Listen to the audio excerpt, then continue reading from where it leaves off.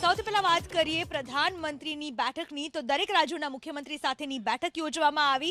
પ્રધાનમંત્રીએ આ બેઠક યોજી અને આ બેઠક હાલમાં શરૂ થઈ ચૂકી છે, જેમાં તમામ રાજ્યોના મુખ્યમંત્રી પણ જોડા।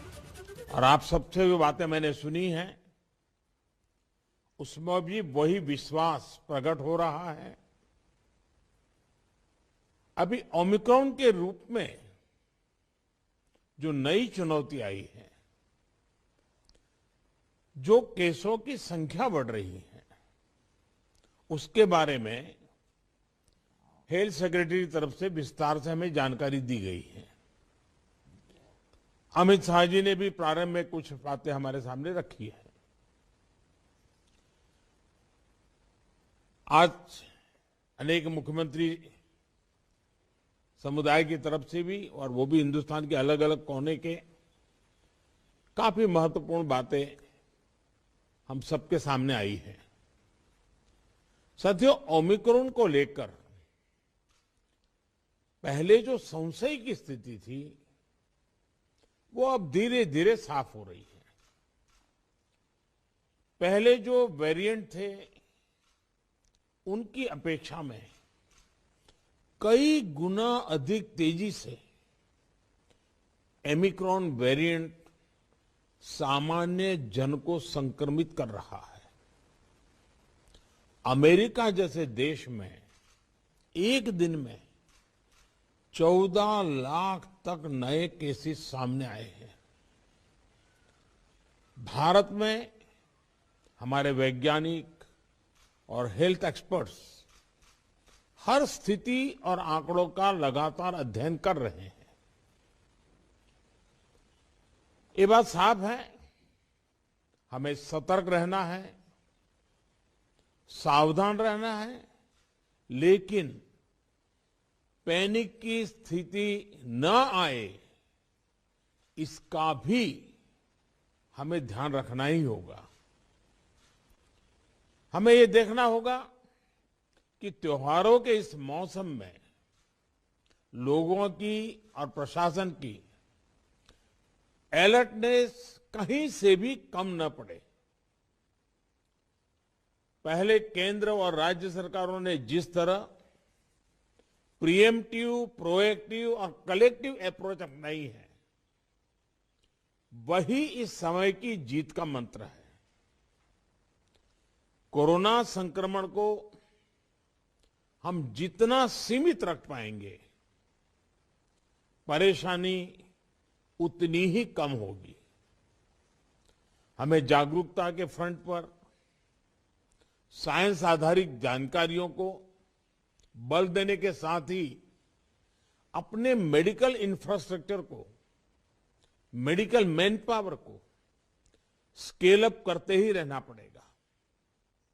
साथियों, दुनिया के अधिकतर एक्सपर्ट्स का कहना है कि वेरिएंट चाहे कोई भी हो,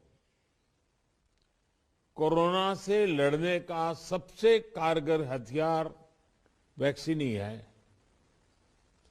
भारत में बनी वैक्सीन तो दुनिया भर में अपनी श्रेष्ठता सिद्ध कर रही है।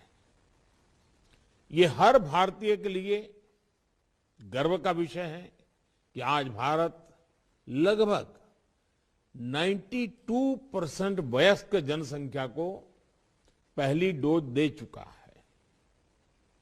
देश में दूसरी डोज की कवरेज में भी 70% के आसपास पहुंच चुके हैं।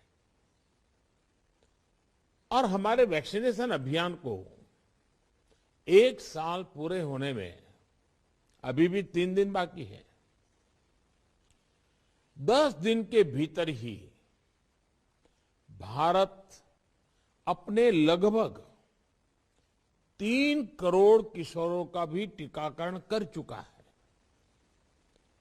ये भारत के सामर्थ्य को दिखाता है, इस चुनौती से निपटने की हमारी तैयारी को दिखाता है। आज राज्यों के पास पर्याप्त मात्रा में वैक्सीन उपलब्ध है।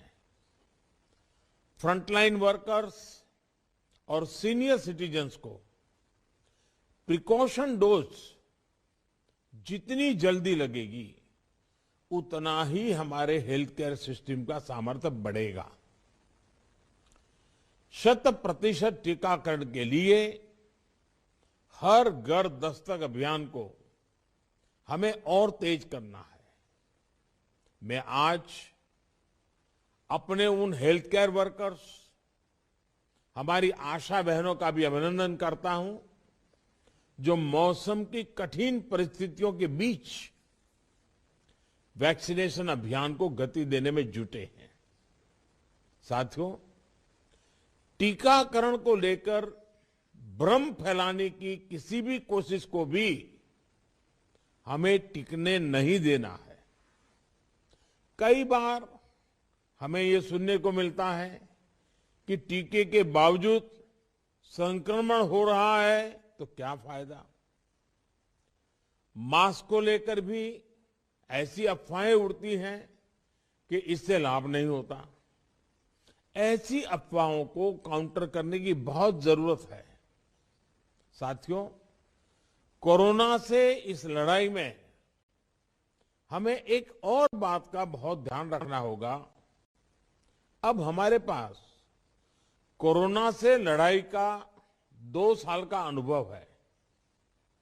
देशव्यापी तैयारी भी है। सामान्य लोगों की आजीविका, आर्थिक गतिविधियों को कम से कम नुकसान हो, अर्थव्यवस्था की गति बनी रहे, कोई भी रणनीति बनाते समय हम इन बातों को जरूर ध्यान में रखें।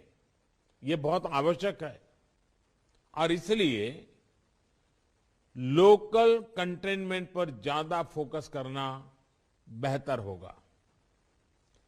जहां से ज्यादा केस आ रहे हैं, जहां ज्यादा से ज्यादा और तेजी से टेस्टिंग हो, ये सुनिश्चित करना भी आवश्यक है।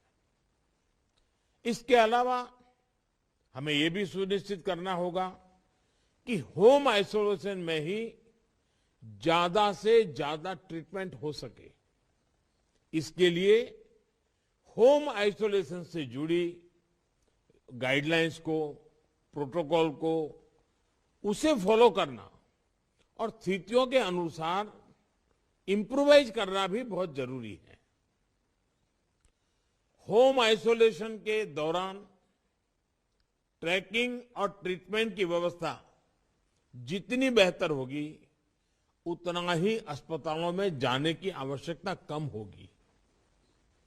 संक्रमण का पता चलने पर लोग सबसे पहले कंट्रोल रूम में संपर्क करते हैं।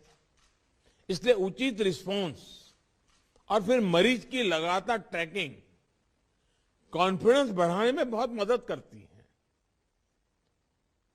मुझे खुशी है कि कई राज्य सरकार इस दिशा में बहुत अच्छी तरह नए नए इनोवेटिव प्रयास भी कर रही है, प्रयोग भी कर रही है।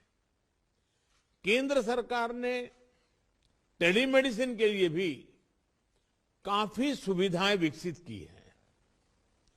इसका ज्यादा से ज्यादा उपयोग कोरोना संक्रमित मरीजों को बहुत मदद करेगा। जहां तक जरूरी दवाओं और जरूरी इंफ्रास्ट्रक्चर की बात है, तो केंद्र सरकार हर बार की तरह हर राज्य के साथ खड़ी है। 5-6 महीने पहले 23,000 करोड़ रुपए का जो विशेष पैकेज दिया गया था, उसका सदुपयोग करते हुए अनेक राज्यों ने हेल्थ इंफ्रा को सशक्त किया है। इसके तहत देश भर मेडिकल कॉलेज और जिला अस्पतालों बच्चों के लिए 800 से अधिक विशेष पीडियाट्रिक केयर यूनिट स्वीकृत हुए हैं। करीब 1.5 लाख नए ऑक्सीजन, आईसीयू और एचडीयू बेड तैयार किए जा रहे हैं। 5,000 से अधिक विशेष एम्बुलेंस और 950 से अधिक liquid medical oxygen storage tank की कैपेसिटी जोड़ी है। इमरजेंसी इंफ्रास्ट्रक्चर की कैपेसिटी को बढ़ाने के लिए ऐसे अनेक प्रयास हुए हैं, लेकिन हमें इस इंफ्रास्ट्रक्चर का विस्तार करते रहना है। कोरोना को हराने के लिए हमें अपनी तैयारियों को कोरोना के हर वेरिएंट से आगे रखना होगा। ओमिक्रॉन से निपटने के साथ ही हमें आने वाले किसी और संभावित वेरिएंट के लिए भी अभी से तैयारी शुरू कर देनी है। मुझे विश्वास है हम सभी का आपसी सहयोग, एक सरकार का दूसरी सरकार के साथ समन्वय कोरोना से लड़ाई में देश को ऐसी ही ताकत देता रहेगा। एक बात हम भली भांति जानते हैं, हमारे देश में एक हर घर में ये परंपरा है, जो आयुर्वेदिक चीजें हैं, जो काढ़ा वगैरह पीने की परंपरा है, इस सीजन में उपकारक है। इसको कोई मेडिसिन के रूप में नहीं कहता है, लेकिन उसका उपयोग है। और मैं तो देशवासियों से भी आग्रह करूंगा कि ये जो हमारी परंपरागत घरगथ्थू जो चीजें रहती है, ऐसे समय उसका भी काफी मदद मिलती है, उस पर भी हम ध्यान केंद्रित करें। साथियों, आप सभी ने समय निकाला, हम सबने अपनी चिंताएं साझा की और हम सबने मिलकर के संकट कितना ही बड़ा क्यों ना आए, हमारी तैयारियां, हमारा मुकाबला करने का विश्वास और विजयी होने के संकल्प के साथ हर एक की बातों में से निकल रहा है।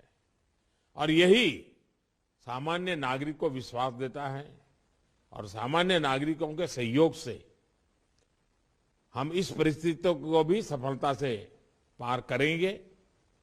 आप सभी ने समय निकाला, इसके लिए मैं हृदय से आपका आभार व्यक्त करता हूं। बहुत बहुत धन्यवाद। पेट्रोल डीजल पुरावता केम सावधानी राखवी छे जरूरी। केवी रीते थाय छे पेट्रोल पंप पर गोलमाल। पेट्रोल डीजल में कटकी थाय छे त्यारे હું તો બોલીશમાં રાત્રે 8 વાગે થશે તેલના ખેલનો પર્દાફાશ।